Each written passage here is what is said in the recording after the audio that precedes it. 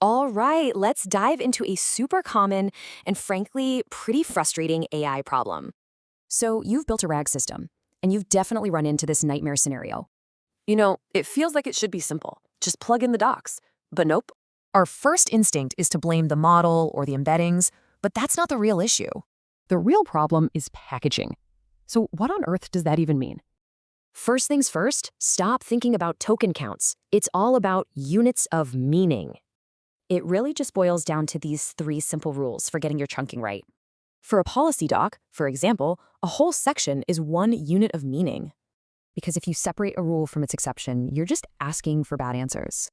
And you've got to keep that structure. Otherwise, you get these floating paragraphs with no context. Okay, chunking is fixed. Now for the secret weapon, labeling everything with metadata. And check this out. This metadata isn't random. It actually mirrors how your business thinks. This lets your retriever filter first, before it even starts ranking. It's way more precise. Inversion tags? That's how you stop it from pulling up last year's outdated policy. Now, this audience tag is maybe the most important one.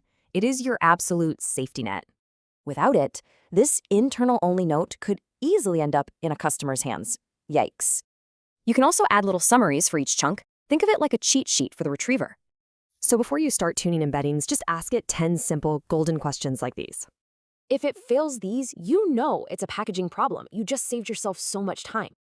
Okay, this is awesome, but it sounds like a ton of manual work, right? Well, that's where automation comes in.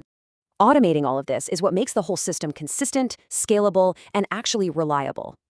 And that's the end goal, right? Getting answers you can actually trust without all that constant tweaking. The answer to that really determines whether your AI is actually helpful or just a headache.